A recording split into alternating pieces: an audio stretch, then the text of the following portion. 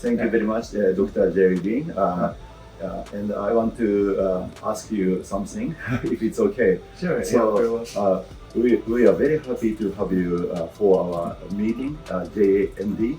And could you tell us what you are going to teach us in your hands-on course and in your lecture?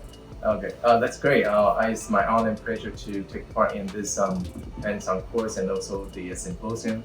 The topic I want to talk is about advanced periodontal regeneration, but it's not only periodontal regeneration, it's at the same time doing vertical regeneration.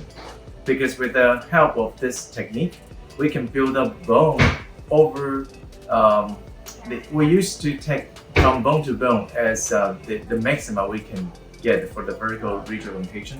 But with periodontal regeneration and vertical regeneration, we can get the bone up to where it's not possible to get in the past.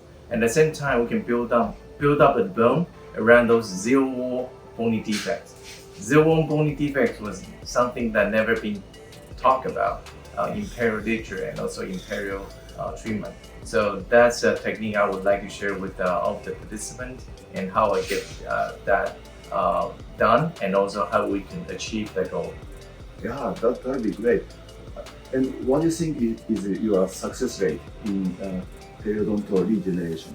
Well, periodontal regeneration is not a new technique. It's been for ever since 1980. So it's a very old technique. But nowadays, the key is how to manipulate your flap, how to clean out the defect, and how to estimate how much bone we can get and how to close it up. So it's all about the overall techniques, everything built up together and then step by step, and to get to every single detail, then we can get the best results. So it's not a no, but then we do need to pay attention to some details, then we can get the best results. So roughly, what is your success rate? If you make an accurate diagnosis and treatment plan, and what about your success rate? Yeah. Very high? Yes, it's very high because I know it's not 100%.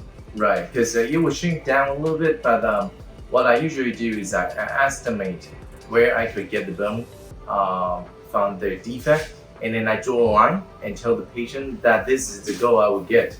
And then we prepare the surgery, and then we have the final result, and then we can compare together.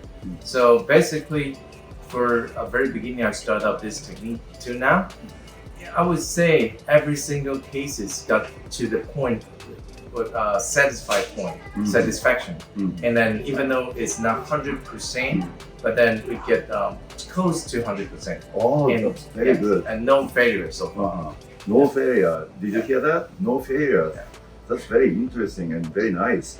And what do you think endodontists should know this technique when they do the apical surgery? Well, for apical surgery, as in the concept is the same. When we do the apical surgery, whenever there was bony defect around it, and because it's perio endo combined defects, most likely people say it's hopeless, but then it's not.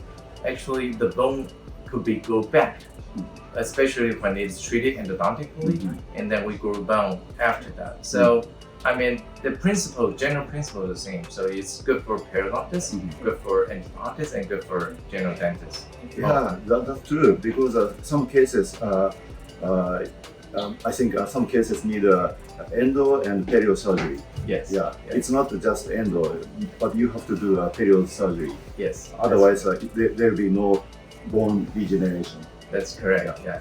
I'm so looking forward to it, and then hopefully there will be a successful symposium, and then we can all enjoy the hands-on course. So join us, please. Yes. Thank you very much. Thank you. Thank you. Thank you. Thank you. Thank you.